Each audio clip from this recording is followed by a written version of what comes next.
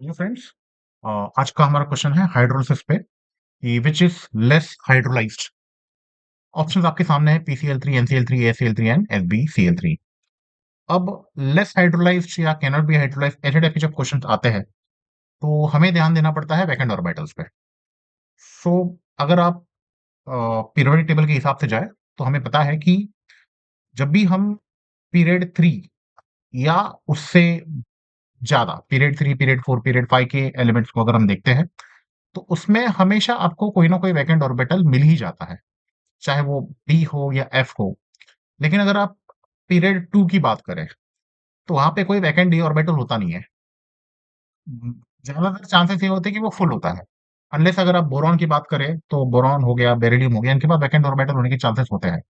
लेकिन अगर आप नाइट्रोजन, फॉस्फोरस इनकी सॉरी नाइट्रोजन, फ्लोरीन इनकी बात करें तो इनके पास जनरली वैकेंट ऑर्बिटल आपको नहीं मिलेगा। ठीक है। सो इन दिस केस अगर हम देखेंगे ये सारे पीरियड 3 ऑन या उससे बड़े हायर पीरियड्स में अवेलेबल है। नाइट्रोजन जो है आपका वो पीरियड 2 का एलिमेंट है, तो यहाँ पे कोई वैकेंट ऑर्बिटल नहीं है।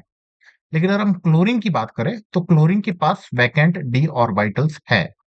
तो हाइड्रोलिसिस के लिए बाकी सब में फास्फोरस, क्लोरीन, AlCl मतलब सबके पास दोनों वैकेंट डी ऑर्बिटल्स के लिए। लेकिन अगर हम सिर्फ NCl3 की बात करें तो सिर्फ क्लोरीन के पास वैकेंट ऑर्बिटल्स होने की वजह से कंपैरेटिवली हाइड्रोलिसिस थोड़ी सी कम होगी। तो ये एक अप्रोच है जिसकी वजह से हम बोल सकते हैं कि NCl3 ऑप्शन जहां पे हाइड्रोलिसिस थोड़ी सी कम होगी।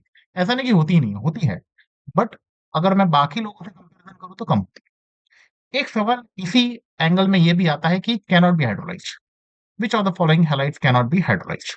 तो इसमें भी अगर हम देखेंगे टीई हो गया, सल्फर हो गया, ये आपके हायर पीरियड्स में होते हैं। लेकिन अगर हम इन दोनों की बात करें तो इन दोनों ही केस में नाइट्रोजन है। नाइट्रोजन आपका पीरियड 2 में है। तो NCl3 अभी हमने थोड़ी देर पहले देखा कि लेस हाइड्रोलेस होता है, लेकिन ऐसा नहीं कि हाइड्रोलेस होता नहीं, होता है। क्यों? बिकॉज क्लोरीन के पास वैकेंट ऑर्बिटल्स है। लेकिन अगर हम फ्लोरीन की बात करें तो यहाँ पे ना नाइट्रोजन के पास वैकेंट डी ऑर्बिटल्स है, ना फ्लोरीन के पास वैकेंट डी ऑर्बिटल्स है। तो इस केस में हाइड्रोलिसिस तो होगी ही नहीं। There is absolutely no scope कि यहाँ पे कोई भी किसी भी तरह का हाइड्रोलिसिस हो, क्योंकि यहाँ पे कोई वैकेंट डी ऑर्बिटल्स नहीं है।